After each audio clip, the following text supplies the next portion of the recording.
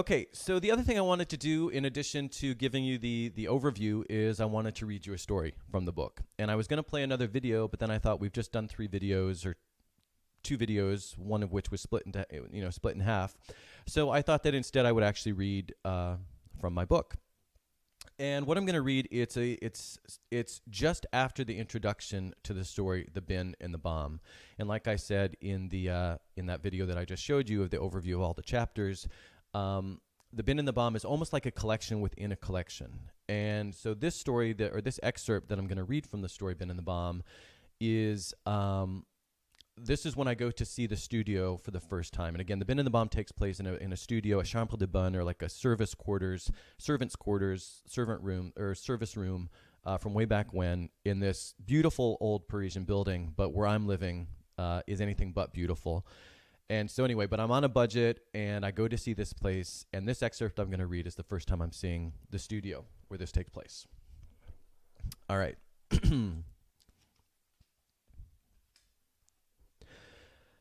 After a week of searching, I appeared to have found a place to live. To be sure, I needed to see it in person. I set up an appointment, and the next day I went to check out the apartment. Stefan met me at the metro station and whisked me off to his place, just a couple of minutes away. In order to see it, it was necessary to climb 7 flights of stairs. The building was an old, grandiose Haussmann in an upscale neighborhood. I commented that it seemed odd there wasn't an elevator. There is, Stefan responded, before bounding out of sight. We just don't get to use it. The apartment was a chambre de bonne, or service room, which was essentially where the help lived way back when. More than welcome in the homes of their employers when cooking or cleaning, at all other times, apparently the servants were to remain out of sight. That explained why, even though the building did in fact have an elevator, it didn't go to the top floor, where the service rooms were located. The servants didn't even have off-hour access to the main entrance. Instead, they were expected to use a separate, discreet door a few feet away, the same one through which the trash was dragged in and out. So much for fraternité, égalité, and liberté. Stefan vaulted up each flight as he had countless times before. Not only his years of experience, but the long legs on his tall, lanky frame, affording him a considerable advantage over me. Not that I wished him any ill will, but I was almost relieved when I found him panting at the top of the stairs. My relief was short-lived. I was soon seeing not one, but several Stefans, each moving about like crystals in a kaleidoscope. I sat down and put my head between my knees. For a moment, I was back in the only session of Bikram yoga I had ever dared attend. Reliving the alarming instant, I realized that although I was watching him, and he was still talking, I no longer heard anything the instructor in the classroom Kamsana was saying. This must be what it feels like before you pass out, it occurred to me. Every drop of blood in my body had drained below my waist. If I didn't sit down that very instant, it would be lights out. It's harder if you stop partway up, Stefan offered. I barely nodded, like a coma patient who can only communicate by moving his big toe. Stefan and his girlfriend, a Chilean woman named Maria, were getting ready to spend a few months traveling around South America, which was why they were subletting their apartment. When we opened the door, Maria was there to greet us. There was, after all, no other place for her to be. I have no idea how it was possible for 2 adults to cohabitate in such confined quarters. Prisoners sharing a cell have more room to move around. Astronauts in space stations have more privacy. Even conjoined twins live more separate lives than Stefan and Maria at home together. Well, here it is, Stefan proclaimed, in a timid statement of the obvious. He seemed nervous. Here it is, I echoed, not sure what else to say. I also forced a smile, hoping to disguise my shock and dismay. Well, Stefan began, looking around as though trying to figure out where to start. There's the futon, which folds out into a bed, and the wood plank hanging from the chain can be put up against the wall when you're not using it as a table. He proceeded to give me a demonstration. I, however, was distracted. Looking beyond the retractable table, through a large window I beheld an unobstructed, top-to-bottom view of the Eiffel Tower. It was breathtaking. Other than from open spaces like the Trocadero or the Champs de Mars, I wouldn't have even thought such a view was possible. There's the TV, Stefan continued, making yet another statement of the obvious. A large screen hung on an adjustable arm sticking out of the wall. Couldn't miss it. And there's the internet connection, he concluded. I looked down at the floor, where a blinking black box sat atop a tangled nest of wires. The sink's in there, Maria interjected, motioning to a minuscule alcove off the main room. It was about as big as one of those old ironing board closets. Yeah, and the hot plate and microwave, added Stefan. Apparently the alcove served as the kitchen. It's really, really important you turn off the gas whenever you're using the hot plate. You're done using the hot plate. Butane tanks aren't allowed in apartments anymore, Maria explained, because there have been some explosions.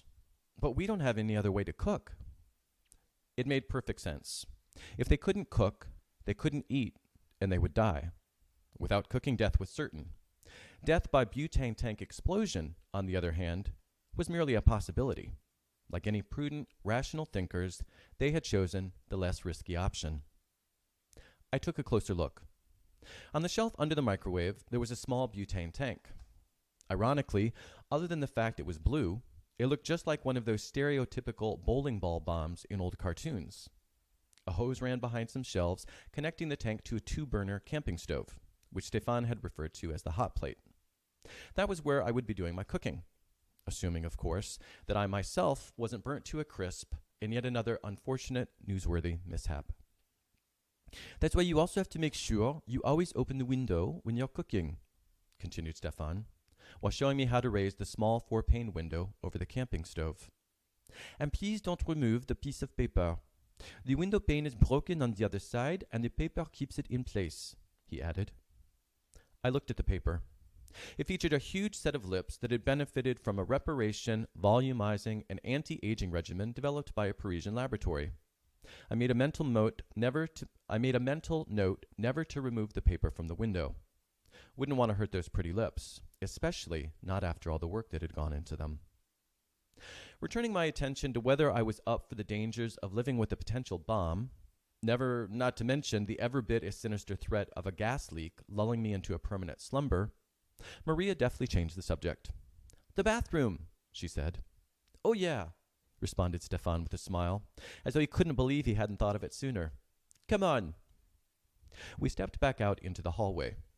As we did, Stefan insisted it was paramount I always carry the key with me whenever I left the room, since the door locked automatically. I made another mental note, adding it to the ones about the gas and the lips. We walked to the end of the hall, where Stefan opened a narrow door that from the outside appeared to be a closet. And, in a sense, it was. I found myself presented with the very embodiment of a water closet. Besides a tall window, there was room for nothing in the little chamber other than a toilet and the brush used to clean it.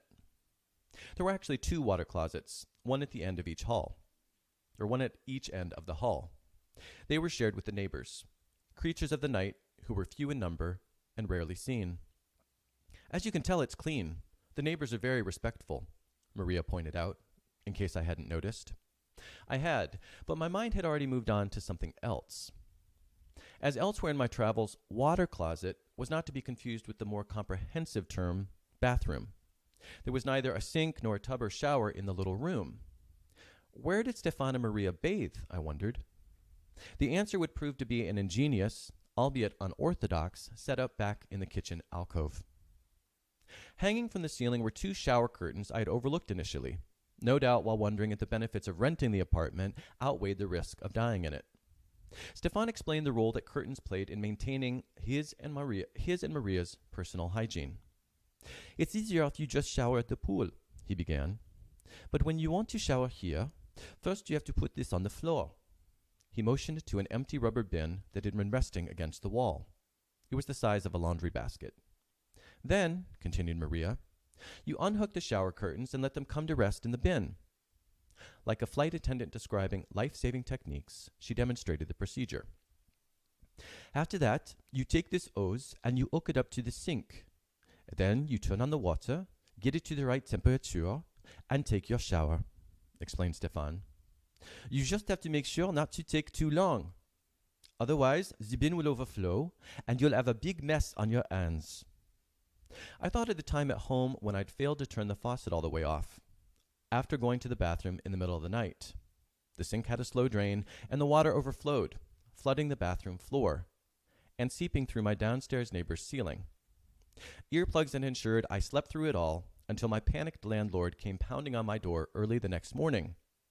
A big mess, indeed. Returning to the situation at hand, I considered the facts. By Parisian standards, the apartment was cheap. Most other apartments I'd found were much more expensive.